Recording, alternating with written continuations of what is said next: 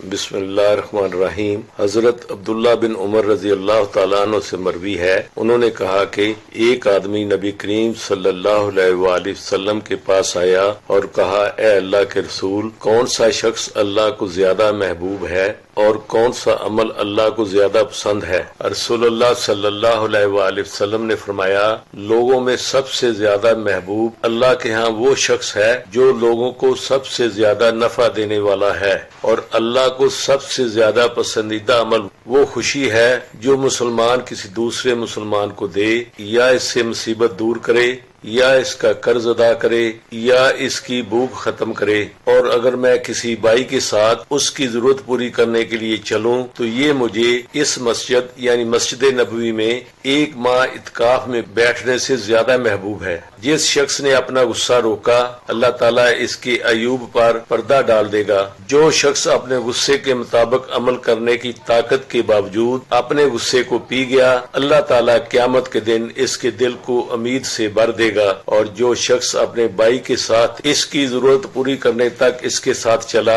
تو اللہ تعالیٰ اس سے اس دن ثابت قدم رکھیں گے جس دن قدم ڈگمگا رہے ہوں گے، اور یقیناً بد اخلاقی عمل کو خراب کر دیتی ہے جس طرح سرکہ شہد کو خراب کر دیتا ہے۔ حضرت یزید بن ابی مریم رحمۃ اللہ علیہ فرماتے ہیں کہ میں جمعہ کی نماز کے لیے پیدل جا رہا تھا کہ حضرت عبایہ بن رفاع رحمۃ اللہ علیہ مجھے مل گئے اور فرمانے لگے کہ تمہیں خوشخبری ہو کہ تمہارے یہ قدم اللہ کے راستہ میں ہیں، کیونکہ میں نے ابو عبس رضی اللہ تعالی عنہ کو یہ فرماتے ہوئے سنا کہ رسول اللہ صلی اللہ علیہ وآلہ وسلم نے ارشاد فرمایا، جس کے قدم اللہ تعالیٰ کے راستہ میں غبار آلود ہوئے تو وہ قدم جہنم کی آگ پر حرام ہیں۔ ویڈیو کو لائک اور شیئر کر دیں اور چینل کو سبسکرائب بھی لازمی کر لیں۔ جزاک اللہ خیر۔